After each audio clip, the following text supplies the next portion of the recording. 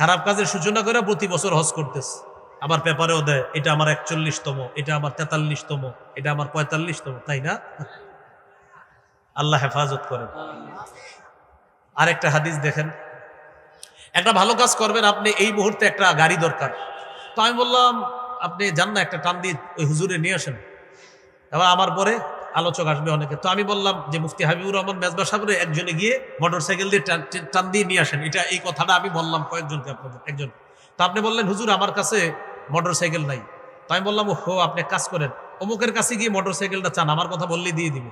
তো আপনি অমুকের কাছে গিয়ে মোটরসাইকেল নিলেন, নেওয়ার পর ওই একটু দূরে জ্যামে পড়ছে হুজুরে, ওখান থেকে গিয়ে তাকে আপনি মোটরসাইকেলে রিসিভ করে নিয়ে আসলেন, আর তিনি আপনাদেরকে কিছু কোরআন হাদিসের কথা শোনাইছে। আমি কি মোটরসাইকেল দিতে পারছি? আমি শুধু রাস্তা দেখাই দিছি না?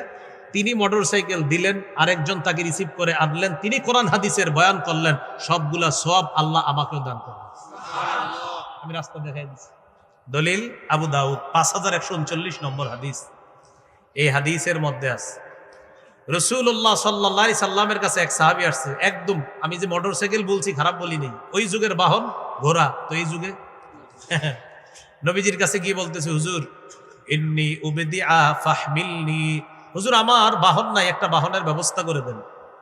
فقال رسول الله صلى الله عليه وسلم لا أجد ما أحملك عليه, তোমাকে দেওয়ার মতো এই মুহূর্তে আমার কাছে বাহন নাই। ওয়ালাকিন ইতি ফুলানান ফালাআল্লাহু আইয়াহমিলাকা, এক কাজ করো তুমি অমুকের কাছে যাও, সে তোমাকে বাহনের ব্যবস্থা করে দিবে। তুমি অমুকের কাছে যাও, সে তোমাকে বাহনের ব্যবস্থা করে দিবে। একটু বুঝেন। আবার বলতেছি, নবীজি বাহন দিতে পারলেন না, নবী বললেন অমুকের কাছে যাও, সে তোমাকে বাহনের ব্যবস্থা করে দিবে। তো সাহাবী তার কাছে গেলেন, বাহনের ব্যবস্থা করে দিলেন। বাহন নিয়ে নবীর কাছে আসছে, আসার পর বলে হুজুর আপনি বলছেন তিনি আমাকে বাহন দিছে। নবীজি বললেন মান দাল্লা আলা খাইরিন ফালাহু মিসলু উজুরি ফাইলিহি, যে ব্যক্তি কাউকে কল্যাণের রাস্তা দেখায় দেয়, এই রাস্তা দেখানোর পর যতগুলা সওয়াব ওই জায়গায় হলো, এই সওয়াবগুলা কল্যাণের পথে যিনি রাস্তাটা দেখায় দিলেন, আল্লাহ তাকেও সওয়াব দান করবেন।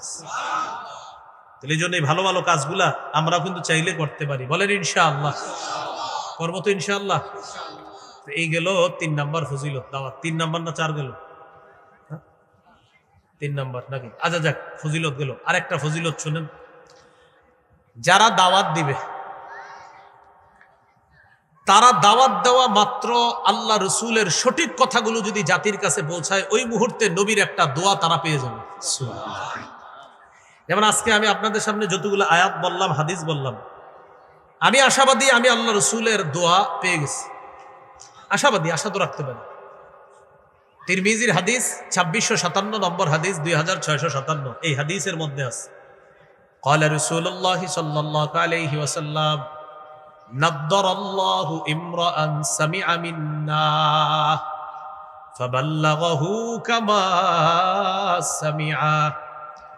রাসূলুল্লাহ সাল্লাল্লাহু আলাইহি সাল্লাম বলেন, ওই ব্যক্তিকে আল্লাহ আলোকময় বানায়া দেখ, আল্লাহ তাকে উজ্জ্বল করেন, যেই ব্যক্তি আমার কাছ থেকে কিছু শুনলো, জানলো, আর ওই জানছে শুনছে যেইভাবে, সেইভাবে অন্যের কাছে প্রচার করে দিল, পৌঁছায়া দিল। আমি নবী দোয়া করে গেলাম তাকে যেন আল্লাহ আলোকময় বানায়া দেয়, তাকে যেন আল্লাহ উজ্জ্বল করে, তাকে যেন আল্লাহ আলোকিত করে। নবীর দোয়া পাওয়া যায়। এই হলো আপনার দাওয়াতের ফজিলত। তাহলে কয় নাম্বার আলোচনা গেল? 1, আবিধানিক পারিভাষিক অর্থ। 2 নাম্বার দাওয়াতের বিষয়বস্তু ইসলাম। 3 নাম্বার দাওয়াতের উদ্দেশ্য আল্লাহ সন্তুষ্টি অর্জন করা। 4 নাম্বার দাওয়াতের গুরুত্ব গেল। 5 নাম্বার গেল দাওয়াতের কৌশল, কিভাবে দাওয়াত দিব, পদ্ধতি।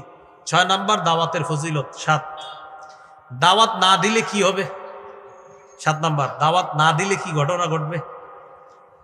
আবু দাউদের হাদিস 4339 নম্বর হাদিস। এই হাদিসের মধ্যে আছে জাবের রাদিয়াল্লাহু তাআলা আনহুর বর্ণনা। তিনি বলেন সামিআতু রাসূলুল্লাহি সাল্লাল্লাহু আলাইহি ওয়াসাল্লাম ইয়াকুল মা মিন রাজুলিন ইয়াকুনু ফি কওমিন ইউমালু ফীহিম বিল মাআসি, কোন ব্যক্তি কোন এলাকার মধ্যে আছে আর ওই এলাকায় একটা খারাপ কাজ হয়েছে, ইয়াকদিরুনা আলা আইয়ুগাইয়িরু ফালা ইউগাইয়িরু ইল্লা আসাবাহুমুল্লাহু বিইকাবিন ক্বাবলা আইয়ামুতু। খুব মন দিয়ে শুনেন, কোন এলাকায় একটা খারাপ কাজ হয়, এলাকার মধ্যে খারাপ কাজ হয়, আর কিছু মানুষ আছে তারা এই খারাপ কাজটা বাধা দিতে সক্ষম। এলাকায় খারাপ কাজ হয়, এটা আপনারা বাধা দিতে সক্ষম। হঠাৎ একটা মাজার কেন্দ্রিক শিরিক শুরু হয়েছে, মনে করেন কবরে সেজদা দেওয়া শুরু, তো এটা আপনারা বাধা দিতে সক্ষম, কিন্তু বাধা দেন নাই। নবীজি বলেন মরার আগে তাদের উপরে আল্লাহ গজব আনবে, তাদেরকে জানায় দেন। কাদের উপর? এই যারা বাধা দেন নাই। সামর্থ্য ছিল বাধা দেওয়ার, ভাই বাধা দিলেন না কেন? তো জবাব দিলেন আমার মন চাইছে এই জন্য বাধা দিন। আপনি কি এরকম বললেন যে ভাই আপনি শিরিকে বাধা দিলেন না, সামর্থ্য ছিল না, সেটা আগে বলেন। হ্যাঁ আমার শক্তি সামর্থ্য ছিল বাধা দেওয়ার, দিছেননি? না দিই নেই। কেন দেন নাই? হেডটা হে করুক, আমার কি? না, নবী বলেন তো মরার আগে আযাবের অপেক্ষা করুন। তাহলে খারাপ কাজ দেখা যদি বাধা না দেন, মরার আগে গজব আসবে। আল্লাহ হেফাজত করেন। ক্বালা রাসূলুল্লাহ সাল্লাল্লাহু আলাইহি ওয়াসাল্লাম মান রাআ মিনকুম মুনকারান ফালইগাইয়িরহু বিয়াদিহি ফাইন লাম ইস্তাতি ফাবিলিসানিহি ফাইন লাম ইস্তাতি ফাবিকলবিহি। তোমাদের মধ্যে কেউ যদি অপছন্দনীয় কাজ দেখে, সেজন্য হাত দিয়ে বাধা দেয়, না পারলে জবান দিয়ে প্রতিবাদ করবে, না পারলে অন্তর দিয়ে ঘৃণা করবে, মানে পরিকল্পনা করবে কিভাবে এই কাজ বাধা দেওয়া যায়। এজন্য সামনে রমজান, মাশাআল্লাহ আমরা খুব ভালোই বলি ভাই রোজা রাখেন, কিন্তু যারা লাল কাপড় লাগায়া বিরিয়ানি বেচে দিনের বেলা, তাদের বিরুদ্ধে কয়জন কথা বলছি বলেন? অসৎ কাজের নিষেধ করা, এটা আমাদের সকলের করতে হবে। এই বছর উলামায়ে কেরামের নেতৃত্বে ইনশাআল্লাহ নিয়ত করে ফেলেন, রমজানে দিনের বেলা রমজানের পবিত্রতা নষ্ট হয় এমন কাজ করব না, করতে দিব না। এরকম নিয়ত করা যায় কিনা? ইনশাআল্লাহ। তাহলে অসৎ কাজে নিষেধ করতে হবে। ক্বালা রাসূলুল্লাহ সাল্লাল্লাহু আলাইহি ওয়াসাল্লাম লাতা'মুরুন্না বিল মা'রুফ ওয়া লাতানহাউন্না আনিল মুনকার আও লা ইউশিকান্নাল্লাহু আইয়াবাতা আলাইকুম ইকাবা সুম্মা তাদউনাহু ফালা ইস্তাজাবু লাকুম। নবী বলেন অবশ্যই তোমরা সৎ কাজের আদেশ করবা, অসৎ কাজের নিষেধ করবা, অন্যথায় আল্লাহ তাআলা তোমাদের উপর এমন আযাব আনবেন, তখন তোমরা দোয়া করবা কিন্তু তোমাদের দোয়া কবুল হবে না। তখন তোমরা দোয়া করবা, তোমাদের দোয়া কবুল হবে না। এই জন্য ভাই মনে রাখতে হবে, অসৎ কাজ যখন দেখব, বাধা না দিলে যখন গজবটা আসবে, ভালো মানুষের উপরেও কিন্তু গজব আসবে। যেমন এক হাদিসে আসছে, কোনো এলাকায় যদি দুটি অপরাধ বেড়ে যায়, একটা হলো ব্যভিচার আর একটা সুদের কারবার, ওই এলাকার আল্লাহর আযাব দেওয়াটা বৈধ হয়ে যায়। ওই এলাকার উপর আল্লাহর আযাব দেওয়া বৈধ হয়। এখন সুদ খায় এলাকার মানুষ, আপনি জানেন, জানার পরে আপনি বাধা দেন নাই, বললেন কি হ্যাঁ খাইলে আমার কি? এই যে বললেন হ্যাঁ খাইলে আমার কি, এটা বলা যাবে? আপনি বলতে হবে, আপনি বাধা দিতে হবে, ভাই এটা অন্যায়, এটা করেন না। যদি আপনি বলেন না সে খাইলে আমার কি, এটা বলার সুযোগ নেই। আপনি বাধা দিতে হবে, আপনি তারে বুঝাতে হবে, আপনি বলতে হবে, অন্যথায় আল্লাহ তাআলা মৃত্যুর আগে গজব দিবে। আপনার সামর্থ্য ছিল, একটা হলো আপনি সামর্থ্য ছিল না, কিন্তু আপনি সক্ষম ছিলেন বলার, তারপরে বলেন নাই, খারাপ কাজে বাধা দেন নাই। তো নবীজি বলেন জানায়া দিবা ইল্লা আসাবাহুমুল্লাহু বিইকাবিন ক্বাবলা আইয়ামুতু, মৃত্যুর আগে আল্লাহ তাদেরকে আযাব দ্বারা পাকড়াও করবেন। তাহলে প্রিয় ভাইয়ারা, অসৎ কাজের আদেশ করা আর একটা হলো অসৎ কাজের নিষেধ করা। তাহলে দাওয়াত না দেওয়ার পরিণতিটা কিন্তু ভয়াবহ। আল্লাহ আমাদের সকলকে বুঝার তৌফিক দান করেন। গজব আসলে ভালো মানুষের উপরে আসতে পারে। করোনায় অনেক ভালো মানুষও মারা গেছে। এক হাদিসে আসছে একদল মানুষ কাবা ধ্বংস করতে আসবে। তো আম্মাজান আয়েশা সিদ্দিকা রাদিয়াল্লাহু তাআলা আনহা বললেন, হুজুর যারা আসবে কাবায়, অনেকে তো হজ করতে আসবে, ভালো মানুষও আছে, খারাপ মানুষও থাকবে। নবী বললেন গজবে সবাই পড়বে, গজবের মধ্যে কিয়ামতের মাঠে কারা ভালো এই ফয়সালা আল্লাহ করবেন, তখন তাদেরকে জান্নাত দিবেন। সেই ফয়সালা কিয়ামতের মাঠে হবে। কিন্তু গজব যখন আসবে, ভালো খারাপ সবাই গজবের মধ্যে পড়বে। তাহলে কি শিখলাম? খারাপ কাজ আমি তো করব না, কিন্তু আশেপাশে করলে, সক্ষমতা থাকলে বাধা প্রদান করার চেষ্টা করব। বলেন ইনশাআল্লাহ। তাহলে এই 7টি কথা আমরা মনে রাখবো, মনে থাকবেন ইনশাআল্লাহ। তাহলে দাওয়াতের কাজ, 1 নাম্বার আবিধানিক পারিভাষিক অর্থ শিখলাম। 2 নাম্বার পূর্ণাঙ্গ জীবন বিধানের দিকে দাওয়াত দেওয়া, এটা দাওয়াতের বিষয়বস্তু। 3 দাওয়াতের উদ্দেশ্য আল্লাহর সন্তুষ্টি অর্জন করা। 4 নাম্বার গুরুত্ব, আল্লাহ দাওয়াত দিয়েছেন, নবীজি দাওয়াত দিয়েছেন, সাহাবায়ে কেরাম দাওয়াত দিয়েছেন। 5 নাম্বার দাওয়াতের পদ্ধতি, কৌশলে দাওয়াত দেওয়া, নরম ভাষায় দাওয়াত দেওয়া, গরম ভাষা ব্যবহার না করা। প্রয়োজনে মুনাফিকদের বিরুদ্ধে, জালেমদের বিরুদ্ধে গরম ভাষা ব্যবহার করার সুযোগ আছে। 6 নাম্বার দাওয়াতের ফজিলত। 7 নাম্বার দাওয়াত না দেওয়ার ভয়াবহতা কি হতে পারে। আল্লাহ আমাদেরকে এই কথাগুলো বোঝার তৌফিক দান করেন। সর্বশেষ 8 নাম্বার কথা, দাওয়াতের কাজে একজন আমির দরকার। কি দরকার বলেন? কি দরকার? আমির দরকার। এমন আমির যে আমির কোরআনের বিরুদ্ধে বলবে না, হাদিসের বিরুদ্ধে বলবে না, কোরআন সুন্নাহর অপব্যাখ্যা দিবে না, এমন একজন আমির লাগবে। তো ওই আমির যদি কোনো ভুল করে, ওলামায়ে কেরাম যদি সেই ভুল ধরিয়ে দেয়, বাস সেই আমিরকে প্রত্যাখ্যান করতে হবে। সহিহ বুখারীর 4340 নম্বর হাদিসে আছে, নবী একটা দলকে এক এলাকায় পাঠাইছে। আলী রাদিয়াল্লাহু তাআলা আনহুর বর্ণনা, ওয়াস্তামালা আলাইহিম রাজুলাম মিনাল আনসার, এক আনসারী সাহাবীকে নবী আমির বানায়া দিলেন। তো আমির সাহেব সাহাবীদেরকে নিয়ে রওনা করলেন। নবী বললেন আমারহুম আইয়ুতিউহু, নবী হুকুম করছেন শোনো আমির যা বলবে সব শুনবা, নির্দেশ দিয়েছি সবাইকে আমিরের কথা মানবা। তো সূরা নিসার 59 নম্বর আয়াতে আছে আল্লাহকে মানো, রসুলকে মানো, দায়িত্বশীল যারা হবে তাদেরকে মানো, উদ্দেশ্য শাসক আমির ইত্যাদি যারা আছে সকলকে মানতে হবে। তো এই ক্ষেত্রে মনে রাখতে হবে আমিরকে নিঃশর্তভাবে মানা যাবে না, আল্লাহকে নিঃশর্তভাবে মানতে হবে, রসুলকে আল্লাহর হুকুমে নিঃশর্তভাবে মানতে হবে, কিন্তু আমিরকে নিঃশর্তভাবে মানা যাবে না। তো যাই হোক, নবীজি একজন সাহাবীকে পাঠাইলেন আর একটা দল পাঠাইলেন, আমির বানাইলেন একজনকে।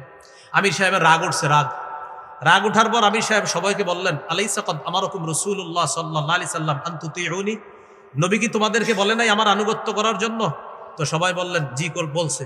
তো সাহাবী বললেন নবী যেহেতু বলছে এখন আমি যা বলবো সব শুনবা। ইজমাউলি হাতবা, আগুন নিয়ে আসো, তোমরা লাকড়ি নিয়ে আসো, কাঠ নিয়ে আসো। ফাজামাউলাহু, সবাই লাকড়ি আনছে। আনার পরে আমির সাহেব বললেন আউকিদুহা নার, লাকড়িগুলাতে আগুন লাগায় দাও। ফাউকদুহা, তারা আগুন লাগায় দিছে। দেওয়ার পর আমির সাহেব বললেন উদখুলুহা, সবাই আগুনে ঝাঁপ দাও। কোথায় ঝাঁপ দাও? আগুনে ঝাঁপ দাও, প্রবেশ করো। ফাহাম্মু, তারা মানসিকভাবে প্রস্তুত হয়ে গেছে, সবাই রাজি, মানে তারা নিয়ত করে ফেলছে তারা ঝাঁপ দিবে। তো যখন ঝাঁপ দিবে, ঝাঁপ দেওয়ার আগে ইউফাজাল ইমসিকু বাদুহুম বাদ, একজন আরেকজনকে বলা বলি করতেছে আচ্ছা আসলে কি ঝাঁপ দিমু, মানে একজন আরেকজনকে ইয়াকুলুনা ফারারনা মিনান নার ইলা রাসূলিল্লাহি সাল্লাল্লাহু আলাইহি সাল্লাম, আরে আগুন থেকে বাঁচার জন্যই তো নবীর কাছে আসছে, বায়াত হয়েছে, সেই নবী আমিরের কথা মানতে বলছে, ঠিক আছে, কিন্তু আমিরের কথা মানতে গিয়ে আগুনে ঝাঁপ দিতে হবে, এটা জানি কেমন লাগতেছে আমাদের কাছে। তাহলে ঝাঁপ দিব কি দিব না, দিব কি দিব না, সিদ্ধান্তহীনতায় ভুগতেছে। ইতিমধ্যে হাত্তা খামাদাতিন নার, আগুন নিভে গেছে। বলেন আলহামদুলিল্লাহ। ওয়াসাকানা গদবহু, আমির সাহেবের রাগও ঠান্ডা হয়ে গেছে, আলহামদুলিল্লাহ। শুধু হজরত জিটটা 10-12 বছরেও ঠান্ডা হইল না। তো যাই হোক, আমির সাহেবের রাগ ঠান্ডা হয়ে গেছে। ঠান্ডা হওয়ার পর ঘটনাটা নবীজির কাছে গেছে। যাওয়ার পরে নবীজি বললেন সর্বনাশ, তোমরা ভালো করছো, আমিরের কথা শুই না ওই মুহূর্তে হুটহাট সিদ্ধান্ত নিয়ে আগুনে ঝাঁপ দেও নাই, ভালো করছো। লাউ দাখালুহা মা খারাজু মিনহা ইলা ইয়াউমিল কিয়ামা, নবী বললেন সর্বনাশ, তারা যদি আমিরের কথায় আগুনে ঝাঁপ দিত কিয়ামত পর্যন্ত আগুন থেকে বের হতে পারতো না। বলি নাউজুবিল্লাহ। রাসূল সাল্লাল্লাহু আলাইহি সাল্লাম বলেন ইন্নামাত তাআতু ফিল মারুফ, শেষে বললেন ন্যায়সঙ্গত কথা কাজ এগুলা শুধু মানবা, আল্লাহর নাফরমানি হয় এই জাতীয় কথা মানা যাবে না। সর্বশেষ মোহাব্বতের একটা আবদার, উলামায়ে হযরতদের কথা মেনে নেন। লাখ লাখ উলামায়ে কেরাম আপনাদেরকে শত্রু না, তারা আপনাদের শত্রু না, তারা দিল থেকে মোহাব্বতের সাথে আপনাদেরকে বুঝায়। তাদের কথা মেনে নিয়ে আজকে কালকে পরশুদিন তা আমরা যদি পারি যতটুকু সময় দিতে পারি আর কি, যদি কারো একান্ত কোনো বড় ধরনের ব্যস্ততা না থাকে, টঙ্গীর ময়দানে গিয়ে আমরা উপস্থিত হব। উলামায়ে হযরতদের সাথে যে আমরা আসি এটা ইনশাআল্লাহ শুধু আল্লাহর কাছে জানান দিব। বলেন ইনশাআল্লাহ। পারা যাবে তো ইনশাআল্লাহ? বাস একটু আপনি শরীক হইলেন, বাস আল্লাহকে আপনি দেখাইলেন যে আল্লাহ আমি উলামায়ে কেরামের সাথে আছি। যতটুকু পারেন সময় ইনশাআল্লাহ যাওয়ার চেষ্টা করবেন। আল্লাহ আমাদের সকলকে দাওয়াত বিষয়ে যে কথাগুলো বললাম শুনলাম, আমি আপনি আমরা সবাই পার্সোনাল দাওয়াত, পারিবারিক দাওয়াত, সামাজিক দাওয়াত, সর্বক্ষেত্রে দাওয়াত দিব। আজকে থেকে দাওয়াতের কাজ করব। যারে পারেন একটা ভালো কথা বলবেন, নামাজের কথা বলবেন, অসৎ কাজে নিষেধ করবেন, সৎ কাজের আদেশ করবেন। মহতারাম চলে আসছে আমার মহব্বতের মানুষ, অনেক মহব্বতের মানুষ। আল্লাহ তাআলা হযরতের হায়াতে অনেক বরকত দান করেন, তার লেখালেখিতে আল্লাহ বরকত দান করেন। হযরতের লেখালেখি আমি নিয়মিত ফলো করি। ওনার আহলে হক মিডিয়া আছে একটা, ওখান থেকে আমি মাসালা মাঝে মাঝে দেখতে হয়। আমার নামে মুফতি কামে না, লালবাগ পড়ছি, এই জন্য আমার নামে ওই একটা সনদ সার্টিফিকেট এসে গেছে। তো আমি ফতুয়া দেউন না, মুফতি হইনি এখন। আপনার হযরতদের অনুসরণ করি, আবরার ভাইয়ের শরণাপন্ন হই। আর হযরতের মাশাআল্লাহ বিশাল লেখা আছে আহলে হক মিডিয়া, ওখানেও আমি একদম নিয়মিত ফলো করি ওটা। ওনার অনেক লেখা আমি রেফারেন্সও আমি দিছি, আহলে হক মিডিয়া, নিচে লিখে দিছি আহলে হক মিডিয়া। তো আল্লাহ তাআলা মুফতি লুৎফুর রহমান ফরাইজি হাফিজাহুল্লাহ তার হায়াতে বরকত দান করেন, তার জবানে তার কলমে আল্লাহ বরকত দান করেন, জাতির জন্য যেন আরো ব্যাপক খেদমত করতে পারে আল্লাহ তৌফিক দান করেন। সুবহানাল্লাহি ওয়া বিহামদিহি, সুবহানাকাল্লাহুম্মা ওয়া বিহামদিকা, আশহাদু আল্লা ইলাহা ইল্লা আনতা, আস্তাগফিরুকা ওয়া আতুবু ইলাইক।